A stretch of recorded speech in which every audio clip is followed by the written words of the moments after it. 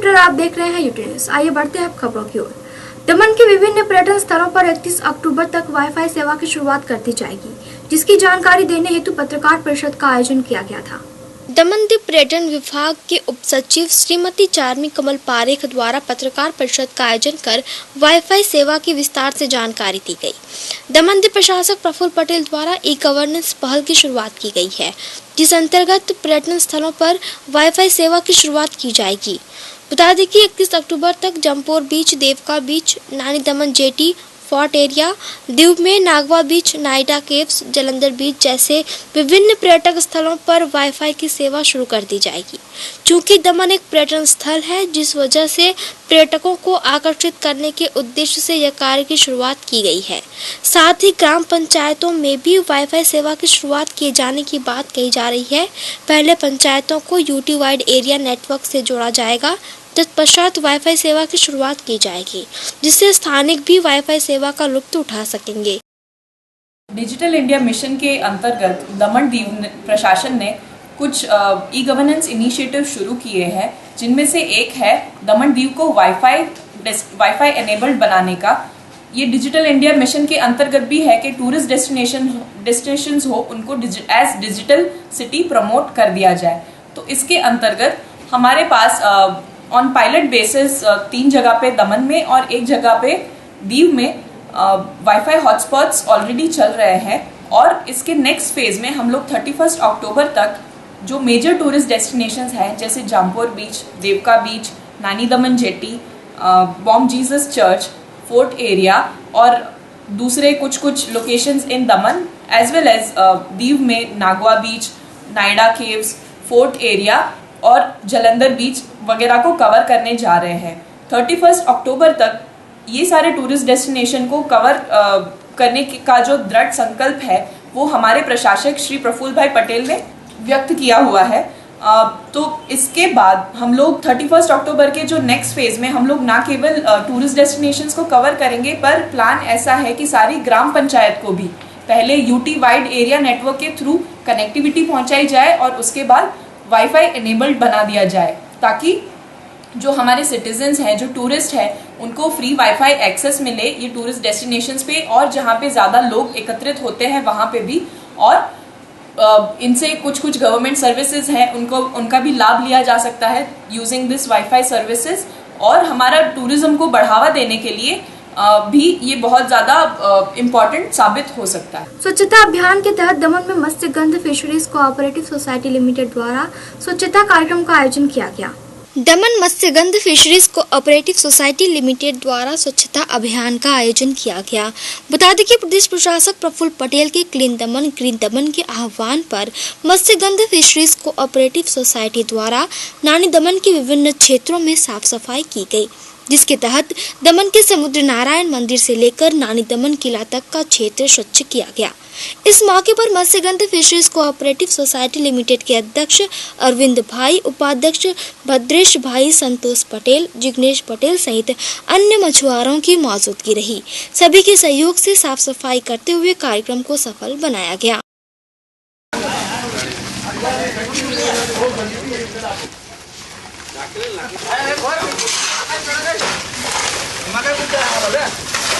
आज रोज 25 तारीखना रविवारना દિવસે મત્સ્યગંધા સોસાયટી તરફથી આજે અમે સફાઈ અભિયાન શરૂ કરી રહ્યા છે। તો અમે અમારા સોસાયટીના chairman Arvindbhai, vice chairman Bhadreshbhai અને અમારી પૂરી ટીમ ને એડમિનિસ્ટ્રેટર અમારા જે પ્રફુલ્લભાઈના હેઠળથી અમે જે આ સાફ સફાઈ અભિયાન જે ચાલુ કરી રહ્યો છે, એ અમારે આખું આ પરકોટા શેરી અને પરકોટા શેરી નાની દમણનો આજે અમે પતાવીશું। પછી અમે ટૂંક સમયમાં થોડા દિવસમાં મોટી દમણ બી અમે કરીશું, કારણ કે આ સ્વચ્છ ભારત અને અમારું સ્વચ્છ દમણ એ એકદમ ક્લીન રાખીશું। આ મહાત્મા ગાંધીનું અમારું લેન છે, તે રીતે અમે આગળ વધતા જઈશું ને કરતા જઈશું। અમારી સોસાયટી મત્સ્યગંધા તરફથી સાફ સફાઈ અભિયાન હાથ ધરવામાં આવ્યું છે। એમાં અમારી મોટી બોટના બધા માલિકો અને ખલાસીઓનો પૂરેપૂરો સહયોગ છે ને આજુબાજુના બધા રહીશો, સ્થાનિક લોકોનો પણ સાથ સહકાર છે અને એની સાથે મળીને અમે સાફ સફાઈ અભિયાન ચલાવશું અને આગળ બી ચાલુ રાખશું. જ્યારે બી સમય પડે કે ગંદકી કચરો ભેગો થાય તો અમે બધા ભેગા મળીને એને સ્વચ્છ કરીશું અને લોકોને પણ સંદેશ આપશું કે આજુબાજુ ગંદકી નહીં ફેલાવે, કચરો નહીં રાખે અને બધા સાફ સફાઈ વ્યવસ્થિત રાખે. दमन के द गोल्ड बीच रिसोर्ट को 2015-16 के उत्कृष्टता प्रदर्शन का अवार्ड देने गोआईबी की टीम रिसोर्ट में पहुंची हुई थी. दमन के देवका बीच पर स्थित द गोल्ड बीच रिसोर्ट को गोआईबी बोर्ड द्वारा 2015-16 के उत्कृष्टता प्रदर्शन का अवार्ड प्रदान किया गया. द गोल्ड बीच रिसोर्ट स्थानिकों के साथ ही पर्यटकों का भी पसंदीदा होटल है. कुछ ही वर्षों में इस होटल ने दमन में अपनी एक अलग पहचान बना ली. यह अवार्ड रिसोर्ट के ग्राहकों द्वारा दिए गए अभिप्रायों के आधार पर दिया गया है. गोआईबी बोर्ड द्वारा हर वर्ष पूरे विश्व के सर्वोत्तम होटल को इसी प्रकार अवार्ड देकर सम्मानित किया जाता है. रिसोर्ट के मालिक ने अवार्ड प्राप्त करते हुए अपनी खुशी व्यक्त की. ये अवार्ड जो है मतलब गोआईबी होटल का अवार्ड है. वो वर्ल्ड ओवर इसका रेटिंग होता है और आउट ऑफ 4.5 हमको जो मैक्सिमम रेटिंग जिसको बोलते हैं अभी तक का वो हमको मिला है. And amongst portal we are number 1 in Daman. Most of the people 80 to 90% people likes our hotel by going to portal से मतलब ये रेटिंग का पता चलता है कि होटल की पोजीशन क्या है. तो 80 to 90% people like our hotel. Samastipur Bihar के सांसद रामचंद्र पासवान ने दमन के होटल सी रॉक इन का जायजा लिया. समस्तीपुर बिहार के सांसद रामचंद्र पासवान इन दिनों दमन पहुंचे हुए हैं. दरअसल वापी में आयोजित एक समारोह में मुख्य अतिथि के रूप में सांसद रामचंद्र पासवान पहुंचे हुए थे, जिस पश्चात विश्राम हेतु दमन के होटल सी रॉक इन में रुके.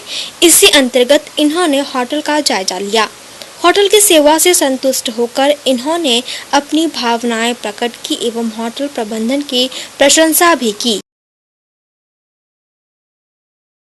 स्वच्छ भारत अभियान अंतर्गत पूरे देश में तारीख 17 सितंबर से स्वच्छ रेल स्वच्छ भारत अभियान की शुरुआत कर दी गई है, जहां वापी के रेलवे स्टेशन पर भी इस अभियान के तहत साफ सफाई की गई. स्वच्छ भारत अभियान के अंतर्गत पूरे देश में तारीख 17 सितंबर से स्वच्छ रेल स्वच्छ भारत अभियान की शुरुआत की गई है. इसी के तहत वापी में भी कुछ ऐसा ही नज़ारा देखने को मिला. बता दें कि 17 सितंबर से 25 सितंबर तक चलने वाले स्वच्छ रेल अभियान के तहत देश को स्वच्छ व सुंदर बनाने के उद्देश्य से स्वच्छ रेल स्वच्छ भारत अभियान का आरंभ किया गया है, जहां वापी रेलवे स्टेशन के प्लेटफॉर्म से इसकी शुरुआत की गई. इस दौरान कर्मचारियों समेत आम नागरिकों तथा सफाई कर्मियों द्वारा पूरे रेलवे स्टेशन की सुंदर तरीके से सफाई की गई. वहीं आगामी 25 सितंबर तक प्रतिदिन रेलवे स्टेशन पर यह मुहिम चलाई जाएगी और इसी प्रकार सफाई की जाएगी, ताकि देश के साथ साथ प्रदेश को भी स्वच्छ बनाया जा सके. जहां इस अभियान में लोग बढ़ चढ़कर हिस्सा लें तथा स्वच्छता बनाए रखें, ऐसी अपील भी की गई.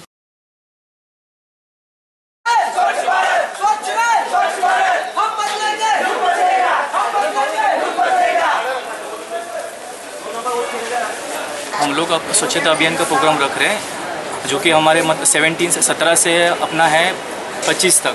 तो आज का हमारा स्लोगन का दिन है, तो हम लोग लोगों को अवेयरनेस कर रहे हैं कि कृपया करके यहाँ वहाँ आप थूकिए नहीं. अपना स्टेशन परिसर साफ सुथरा रखने में हम लोग को सहयोग दें. सफाई कर्मचारी तो अपना है ही, उन लोग तो काम अपना कर ही रहे हैं, पर अगर आप भी अगर थोड़ा अपना अच्छा सहयोग देंगे, कचरा यहाँ वहाँ डालेंगे नहीं तो अच्छा रहेगा. कृपया करके कचरा अपना डस्टबिन में ही डालिए, यहाँ नहीं अपना डालिएगा. रेलवे मंत्रालय से और अपना प्रधानमंत्री जी का खास ये अभियान है. एक हफ्ते का अभियान है. 17 तारीख से चालू हुआ, ये 24-25 तारीख तक चलेगा और हर एक दिन का अलग अलग जैसे बता रहे हैं. इस हिसाब से ऐसे तो नॉर्मल सफाई तो डेली होती है, 24 घंटे होती रहती है, लेकिन ये एक अलग से एक मुहिम छेड़ने का कि पब्लिक को भी मालूम पड़े, कि जनता को भी मालूम पड़े, जनता हमारा सहयोग करे.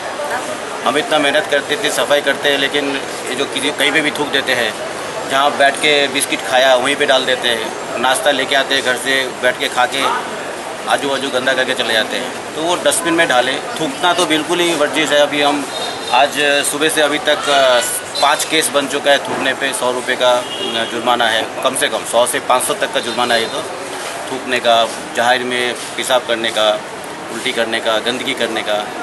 तो वो अभियान आज ये जुलूस निकाल रहे सब जितने पैसेंजर्स हैं स्टेशन पे सबकी जानकारी के लिए कि हमारे साथ थे सफाई में होते। पूरे देश में ये अभियान चल रहा है, तो ये भी कर्मचारियों का साथ दे तो और साफ़ सुथरा रहेगा, सबको अच्छा भी लगता है। जो साफ़ सुथरा स्टेशन देख के आते हैं, मेरे पास भी बोलने के आते हैं आजकल। रिसेंटली बहुत लोग बोलने, स्पेशली मेरे चैम्बर में आते हैं बोलने के लिए। सब स्टेशन आजकल बहुत साफ़ रहता है, तो हम भी उनको भी बोलते हैं देखो 24 घंटे हम प्रयास करते हैं। पब्लिक को बोलो, जो बैठे रहते हैं गंदा करते जिसको देखते हैं उनको भी बोलो कि भाई इधर क्यों डस्टबिन रखे। यहाँ पे मेरे पास अभी कम से कम 20 डस्टबिन लगे हुए हैं स्टेशन पे, फिर भी लोग जहाँ बैठे हैं वहीं गिरा देते हैं। अभी लोगों के अंदर अवेयरनेस लाना बहुत ज़रूरी है, टाइम लग रहा है। पूरी उम्मीद है कि बहुत जल्दी ये सब लोगों के अंदर आ जाएगा। और मैंने कल भी बताया था गाय घुस आती है, जो कुत्ते घूम रहे हैं गाय घुस आते। मैंने नगर पालिका में कल भी मैंने अर्जी किया है, फ़ोटोज़ भी भेजे मैंने। इतने गाय ये प्लेटफॉर्म तक आ जाते हैं। अभी इतनी गाड़ियों की इतनी स्पीड बढ़ गई, आपको राजधानी का 130 हो गया है। अभी बुलेट चलेगी 250 में, और दूसरी एक गाड़ी कौन से नाम है वो 150 में चल रही है, टेल्गो। अभी इतना स्पीड के सामने वो गाय भैंस, वो ड्राइवर क्या करेगा बेचारा, वो तो कंट्रोल ही नहीं कर सकता। और बेचारा मासूम गाय जो मर जाते हैं इधर उधर, तो इनके मालिक पता नहीं छोड़ देते हैं इनको। तो सरकारी जो नियम है, सरकारी नियम से नगर पालिका बनर्जी की को उस नियम के तहत उनको पकड़ के जो भी कार्रवाई है उसको करे, जिससे कि स्टेशन पे ये नहीं घूमे। तो एक गाय ने गोबर कर दिया था, उसका फ़ोटो खींच के किसी ने ऊपर भेज दिया था कि गंदा कर दिया, जबकि उसको तुरंत 10 मिनट के अंदर सफाई भी हो गई थी उसकी। तो उससे भी हम बच सके या तो वक्त इस तरह घूमे। तो रविवार को वापी के श्री जैन श्वेतांबर तेरापंथ ट्रस्ट द्वारा रक्तदान शिविर का आयोजन किया गया। रविवार को वापी की श्री जैन श्वेतांबर तेरापंथ ट्रस्ट द्वारा रक्तदान शिविर का आयोजन किया गया, जहां तेरापंथ ट्रस्ट द्वारा तेरापंथ भवन में यह शिविर आयोजित किया गया था। ऐसे में समाज के लोगों ने बढ़ चढ़कर इस शिविर में हिस्सा लेते हुए स्वैच्छिक रूप से रक्तदान किया। इस दौरान रक्तदान करते हुए पुण्य का लाभ प्राप्त कर तमाम रक्तदाताओं का उत्साह भी देखते ही बन रहा था। वहीं इस शिविर में ज्यादा से ज्यादा बोतल रक्त एकत्रित करने का लक्ष्य रखा गया था, जिसे रक्तदाताओं के सहयोग से सफल बनाया गया।